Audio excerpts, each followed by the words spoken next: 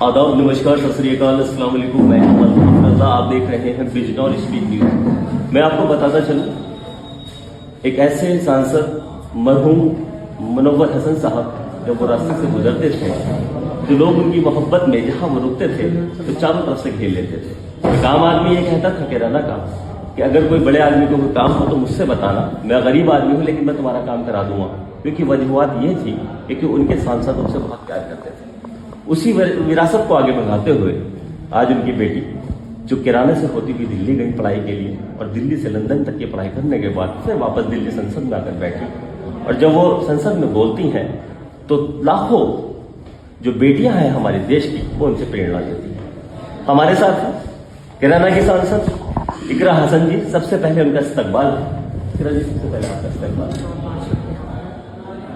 पढ़ाई के साथ साथ पूरे परिवार को देखना और लाखों लड़कियों को, लाखों बेटियों को देश की प्रेरणा देने वाली इकरा हसन, जिनका एक हाजिर जवाबी में पूरे देश के अंदर अपनी पहचान है। मैं सबसे पहले पूछना चाहता हूं कि किराने के लोगों के लिए क्या कहेंगे? किराना हमारा घर है और किराना के जो लोग हैं वो सभी परिवार का हिस्सा हैं और उन्होंने सबने मिलके बहुत कम उम्र में मुझे सबसे बड़े देश के सदन में पहुंचाया। तो मेरी बस यही कोशिश है कि रोज़ाना ईमानदारी के साथ मैं इस बात का बदल उन्हें दे सकूं और जिस पद पर उन्होंने मुझे बिठाया उस पद पर बैठ के इंसाफ की हक मजबूती से दे सकें। अभी एक अवार्ड आपको मिला है खासतौर से जो महिला युवा सांसद, तो वो एक बड़ा सर्वश्रेष्ठ अवार्ड आपको दिया गया है। उसके साथ साथ मैं कहना चाहूँगा कि संसद तो बहुत रही है, लाइन है, लेकिन युवा मुस्लिम सांसद, और फिर उसके बाद आप बेबाकी के साथ एक बात रखती हैं और वो बात पूरी देश ही नहीं दुनिया में सुनी जाती है। हम लोग लास्ट टाइम जब दुबई गए तो वहाँ दुबई में इंडिया के लोग मिले, उन्होंने कहा कि इकरा हसन एक ऐसी वाहिद शख्सियत है हिंदुस्तान के अंदर जिनको विदेश में भी सुना जाता है। हमने आज सुबह फजर की नमाज से, मैं बिल्कुल भी फ्रैंक बताना चाहता हूँ, सुबह फजर की नमाज से किराना गए, वहाँ से पता चला मैम बिजी है, लेकिन उसके बाद आज यहाँ 15 मिनट बैठ के मैंने देखा बेबाकी से लोगों की वो वालिद साहब की जो विरासत थी मुनव्वर हसन साहब की, उसको बखूबी आगे बढ़ा रहे हैं।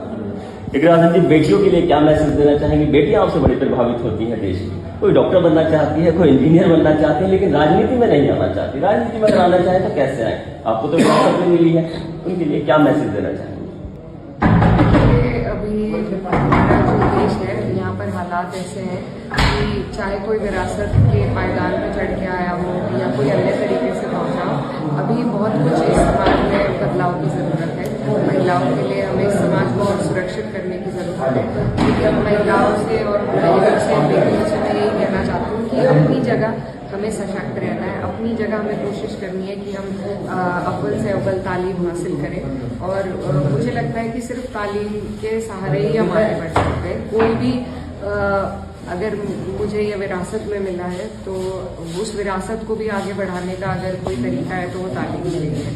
तो मेरी नज़र में हमारी जो कॉन्स्टिट्यूएंसी है और ऐसी कई जो रूरल कॉन्स्टिट्यूएंसीज हैं वहाँ पर महिलाओं के ड्रॉप आउट रेट बहुत ज़्यादा होते हैं।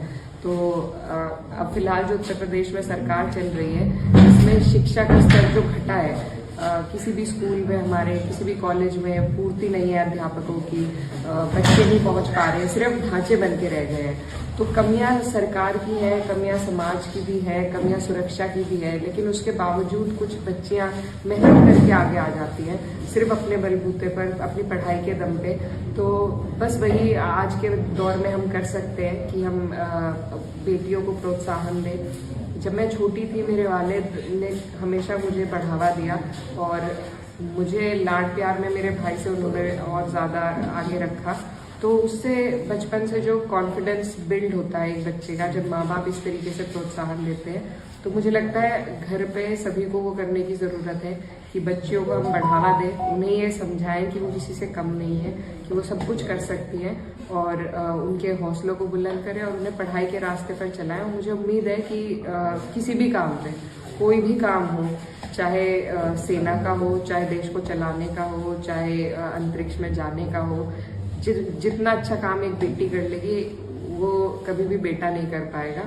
और हमेशा ये होता है कि हमें twice the effort half the credit. महिलाओं का जो संघर्ष है वो ये रहता है कि हमें डबल एफर्ट करने पड़ते हैं और तब जाके कहीं छोटा मोटा क्रेडिट मिलता है। लेकिन इन सब चीज़ों के बावजूद मुझे लगता है कि धीरे धीरे बदलाव आएगा। मैंने इंदिरा गांधी जी को देखा था कि एक महिला देश को चला सकती है, तो मुझे उससे बहुत प्रोत्साहन मिला। आज जब मैं खुद एक ऐसे ओहदे में हूँ तो उनको हमेशा हम देखते थे कि वो किस तरीके से अपने आप को कैरी करती थी। तो हमें ज़रूरत है आज के वक्त में कि महिलाओं को हम ज़्यादा से ज़्यादा पब्लिक में देखें, पब्लिक स्पेसेस में, चाहे वो किसी अधिकारी के पद पे हो, जज हों, डॉक्टर हों, इंजीनियर हों, वकील हों। और जितनी महिलाएं हमें दिखेंगी अलग अलग प्रोफेशन में, उतनी ही बच्चियों को हम इंस्पायर कर पाएंगे। तो यही एक जरिया है हमारे पास। और उसके साथ साथ हमारी कोशिश है कि हम सरकारों को अकाउंटेबल करें कि जो जिस तरीके से शिक्षा का स्तर हमारे देश में घटा है तो उसको हम बेहतर कर पाए, क्योंकि वही रास्ता है जिससे विकसित भारत हो सकता है। अन्यथा ये जैसी बातें करते हैं उनसे कोई फायदा नहीं है। तो हमारी यही कोशिश है कि बच्चियां ज़्यादा से ज़्यादा पढ़ सकें। देखिए, जब बच्चियां